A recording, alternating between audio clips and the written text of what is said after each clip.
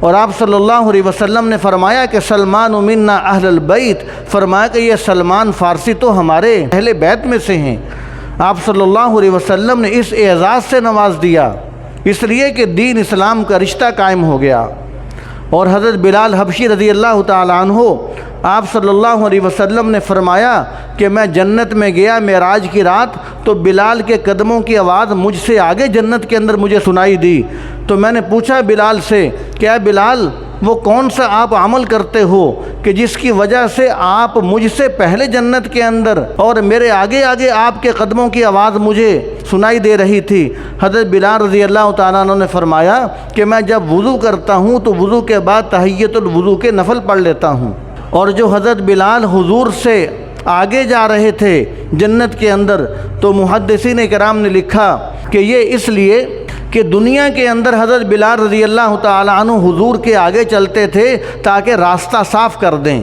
ان کے ہاتھ میں لاٹھی ہوتی تھی، کوئی پتھر ہے، کوئی تکلیف دہ چیز ہے، اس کو ہٹا دیتے تھے۔ خدمت کے طور پر آپ صلی اللہ علیہ وسلم کے آگے حضرت بلال چلتے تھے، راستہ صاف کرتے چلے جاتے تھے۔ تو اللہ تبارک و تعالیٰ نے یہ اعزاز بخشا کہ خادم بن کر جنت کے اندر بھی حضرت بلال حضور سے پہلے آگے آگے جا رہے ہیں، لیکن خادم بن کر دنیا کے اندر بھی خدام اپنے افسران کے آگے بطور خدمت کے چلتے ہیں۔ تو بہرحال عرض یہ کر رہا تھا کہ ہمارا جو آپس میں رشتہ آپ صلی اللہ علیہ وسلم نے قائم کیا وہ صرف دین اور اسلام کا رشتہ قائم کیا ہے۔ اور آج اگر فلسطینیوں پر ظلم ہو رہا ہے تو پوری دنیا کا مسلم بےتاب ہے، پوری دنیا کے مسلمان بےتاب ہیں، تڑپ رہے ہیں، اس لیے کہ ان کے ساتھ اگر کوئی رشتہ ہے تو وہ صرف اور صرف دینداری کا رشتہ ہے اور اس کے علاوہ کوئی رشتہ داری نہیں ہے۔ تو جو لوگ ظلم ڈھانے والے ہیں وہ یہ سمجھتے ہیں کہ شاید ہم ظلم ڈھا کر بچ جائیں گے، ایسا کبھی نہیں ہوگا۔ اللہ تبارک و تعالیٰ ظالموں سے ضرور بدلہ لیتے ہیں، یہ دنیا مکافات عمل ہے، لیکن اللہ تبارک و تعالیٰ بدلہ تو لیتے ہیں، کبھی حکمت عملی کے تحت اس میں تاخیر بھی ہو جاتی ہے، دیر بھی ہو جاتی ہے۔ دنیا کے اندر مثالیں سامنے ہیں کہ فرعون بہت بڑا ظالم تھا، اللہ تبارک و تعالیٰ نے اس سے بھی بدلہ لیا کہ وہ فرعون پانی کے اندر ڈوب کر غرق ہوا اور اپنے لاؤ لشکر کے سامنے ذلیل اور رسوا ہوا۔ اور قارون ظالم تھا، اللہ تبارک و تعالیٰ نے اس کے خزانوں کے سمیت اسے زمین کے اندر دھنسا دیا۔ آج دنیا کے ظالم خواہ امریکہ ہو یا یہودی صہیونی ہو، اسرائیل ہو، وہ یہ سمجھے کہ میں ظلم کر کے بچ جاؤں گا، یہ اللہ تبارک و تعالیٰ کے طریقے کے ہی خلاف ہے۔ حضرت عثمان رضی اللہ تعالیٰ عنہ کو جن لوگوں نے شہید کیا، بظاہر تو انہوں نے ظلم کر لیا، لیکن اللہ تبارک و تعالیٰ نے آخرت کے اندر تو ہے ہی ہے، دنیا کے اندر بھی اللہ تبارک و تعالیٰ نے انہیں ذلیل اور رسوا کیا۔ کسی کو زہر دیا گیا اور کسی کو گدھے کی کھال کے اندر بند کر کے جلایا گیا، اور جو حضرت حسین رضی اللہ تعالیٰ عنہ کو شہید کرنے والے تھے ان کو بھی اللہ تعالیٰ نے دنیا کے اندر بھی ذلیل اور رسوا کیا۔ کوئی ان میں سے پاگل ہو گیا، کوئی ان میں سے مہلک ترین بیماریوں کے اندر ذلت اور رسوائی کے ساتھ مبتلا ہو گیا، دنیا کے اندر بھی اللہ تعالیٰ نے انہیں ذلیل اور رسوا کیا۔ اور کسی کو اللہ تعالیٰ نے پیاس کی بیماری کے اندر مبتلا کیا کہ وہ اگر سمندر بھی پانی کا پی لیتا پھر بھی اس کی پیاس نہیں بجھتی تھی، جتنا مرضی پانی پیتا۔ اللہ تبارک و تعالیٰ نے یہ دنیا کے اندر ذلیل اور رسوا کیا۔ اور دنیا کے اندر ایک ظالم گزرا ہے، حجاج بن یوسف، اس نے بڑے ظلم کیے، اللہ تبارک و تعالیٰ نے دنیا کے اندر اس سے بدلہ لیا ہے۔ دنیا کے اندر اللہ تبارک و تعالیٰ نے اس کو زمہریری مرض کے اندر مبتلا کر دیا، اور یہ مرض ایسا تھا کہ اس کے اندر اتنی سردی کی کیفیت پیدا کر دی کہ وہ آگ کے انگارے اتنے اپنے قریب کر لیتا کہ اس کے جسم کی کھال جل جاتی، اس کی سردی پھر بھی ختم نہیں ہوتی تھی۔ حجاج بن یوسف کی سردی کبھی ختم نہیں ہوئی، وہ آگ کے انگاروں کو اتنا اپنے قریب کرتا کہ اس کی جسم کی کھال جل جاتی، لیکن اس کی سردی کی شدت ختم نہ ہوتی، وہ چیختا چلاتا رہتا۔ اللہ تبارک و تعالیٰ نے یہ دنیا کے اندر اس کو ذلیل اور رسوا کیا۔ اس نے صحابہ کرام کو شہید کیا، حضرت سعید بن جبیر رضی اللہ تعالیٰ عنہ کو شہید کیا تو حجاج بن یوسف کہتا ہے کہ میں نے جب سے سعید بن جبیر رضی اللہ تعالیٰ عنہ کو شہید کیا اس کے بعد میرا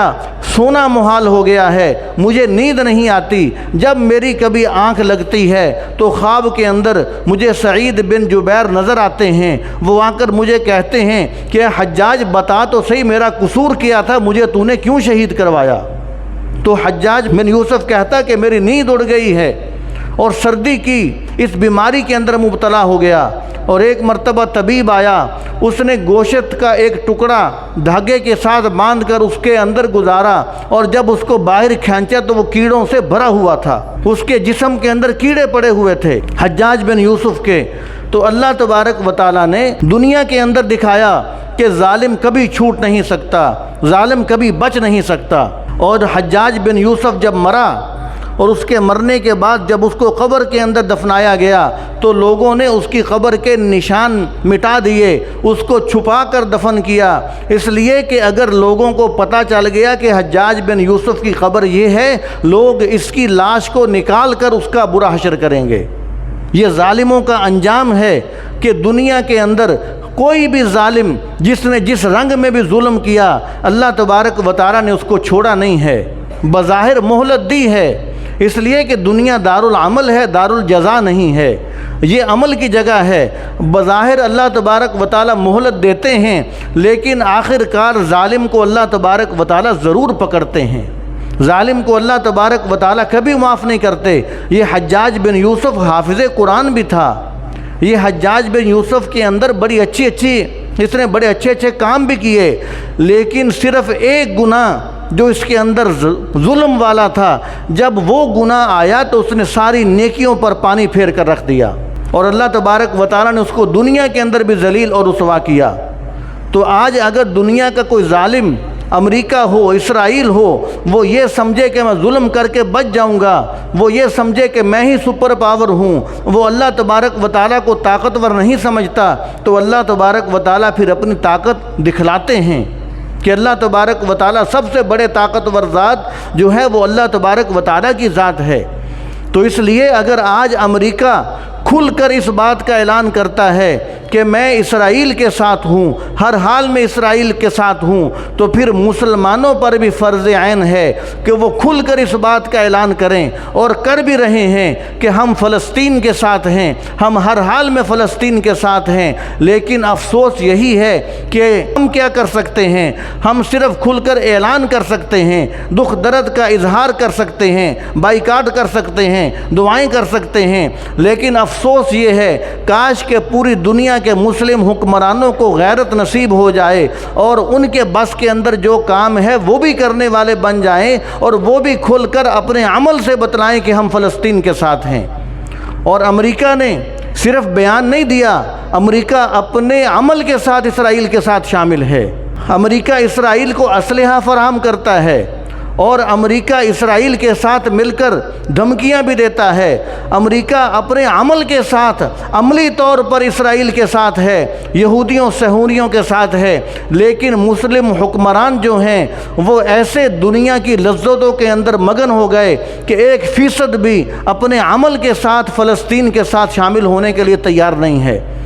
اگر کوئی بات کرتا بھی ہے تو صرف زبانی بات کرتا ہے۔ حکمرانوں کا کام یہ نہیں ہے کہ وہ زبانی بات کریں، حکمرانوں کا کام یہ ہے کہ عملی طور پر بتلائیں، میدان جنگ کے اندر آئیں اور آ کر بتلائیں کہ اے امریکہ تو اگر میدان جنگ میں ہے، اسرائیل کے ساتھ ہے، تو ہم بھی میدان جنگ کے اندر اترے ہیں، ہم فلسطین کے ساتھ ہیں۔